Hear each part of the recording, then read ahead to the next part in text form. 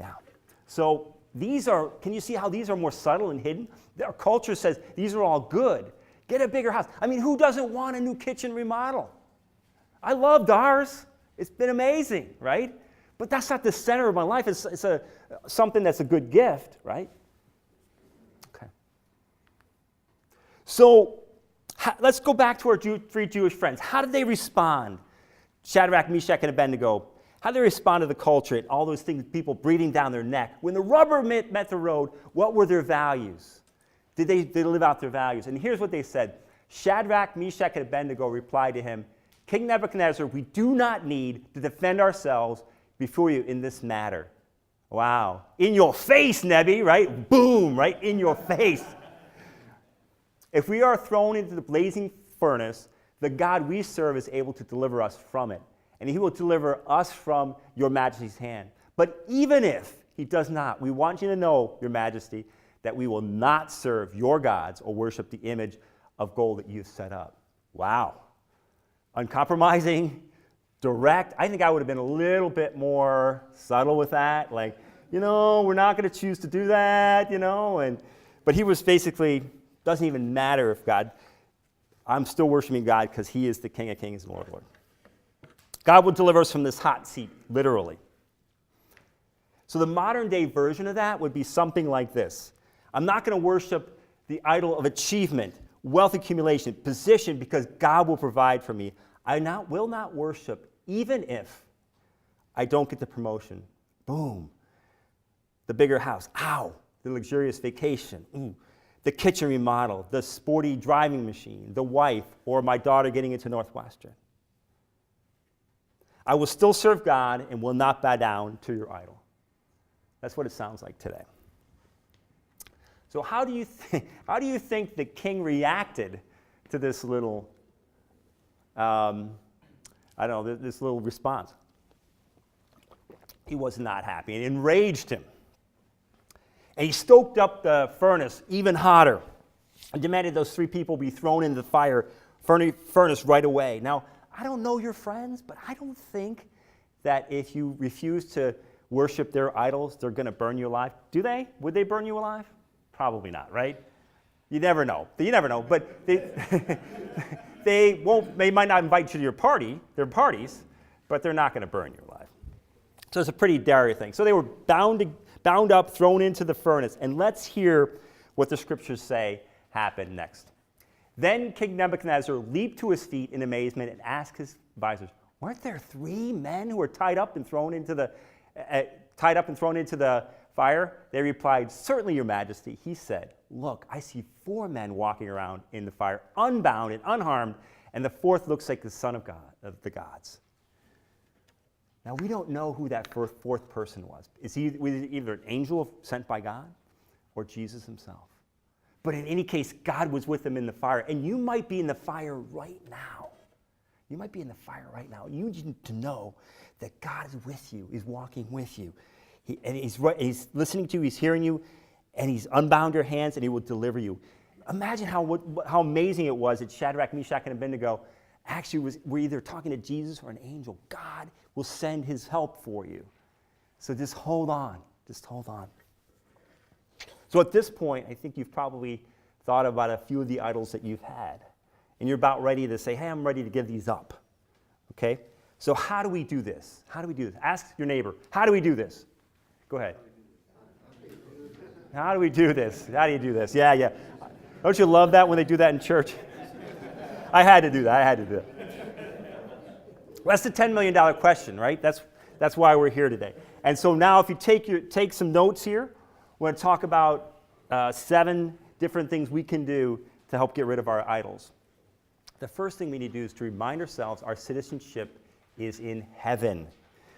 Philippians 3:20 says, "But our citizenship is in heaven, and we eagerly await a Savior from there, the Lord Jesus Christ." And I'm saying, spend some of your time with fellow citizens. Like hang out with them. Not all your time, but some of your time hang out with fellow citizens of heaven. Because what? We rub off on each other. We start pointing each other to the King, right? That's number 1.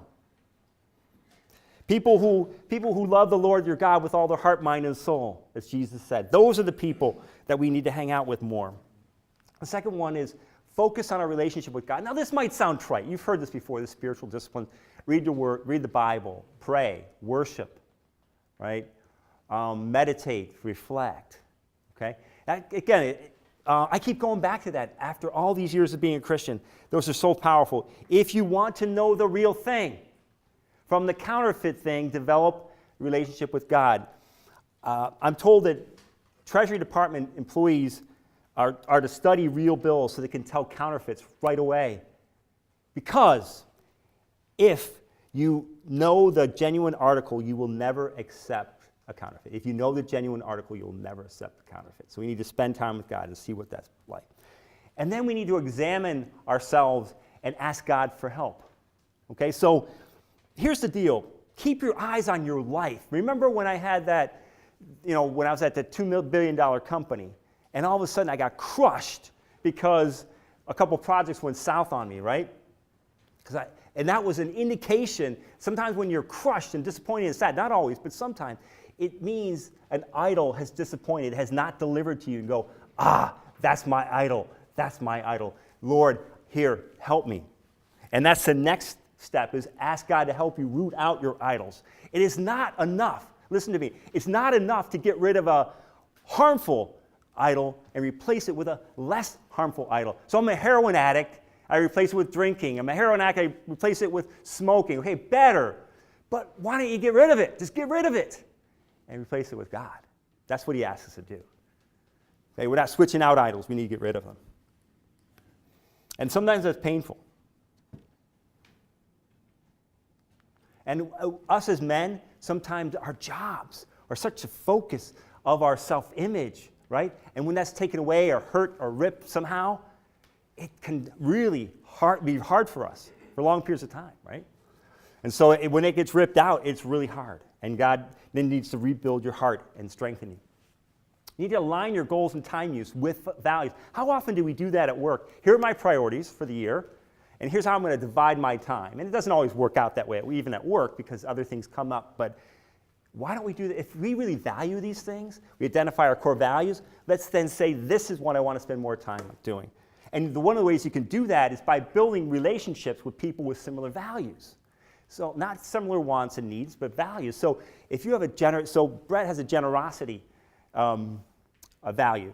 So whether he makes $30,000, $130,000, or $330,000, he can be generous with his time, his energy, and his resources, and be around other people who do the same, right? And when you're around other people who have the same values, kindness, love, compassion, helping the poor, right? Those kinds of things, then you actually can encourage each other and find new and creative ways to express your values. And then finally, and don't underestimate, get into accountability. Choose a friend or two and say, my idols are achievement and the approval of people. And I give you permission, when you see them rearing their heads, I give you permission to tell me that you see them. Because sometimes we're blind to them, and they can see them. They're more sensitive to seeing them than we are. And give them free rein to tell you that. Okay? And so my final admonition here is to focus on the Lord, focus on your relationship with the Lord, and on your values, and your idols will lose their grip on your life, and you'll live a life in integrity. Shall we pray?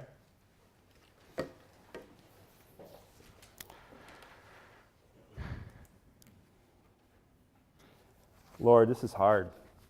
Our idols are subtle, sometimes they're obvious, but we want to give you our idols: achievement, wealth, accumulation, bigger, finer stuff, bragging about our kids.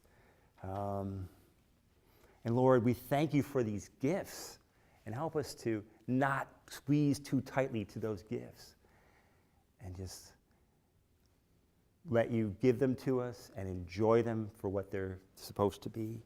Let's focus our heart and minds on you, getting accountability, and help each other along the way. People who are fellow citizens in heaven who have the same values as we do. We need you in this. Help root it out and fill it with your spirit and your love. And we pray these things in your name, Jesus. Amen. Hi, thanks for watching. Hope you enjoyed it. And if you did, please subscribe and give it a thumbs up. And feel free to share it with someone you think would enjoy the message. Thanks.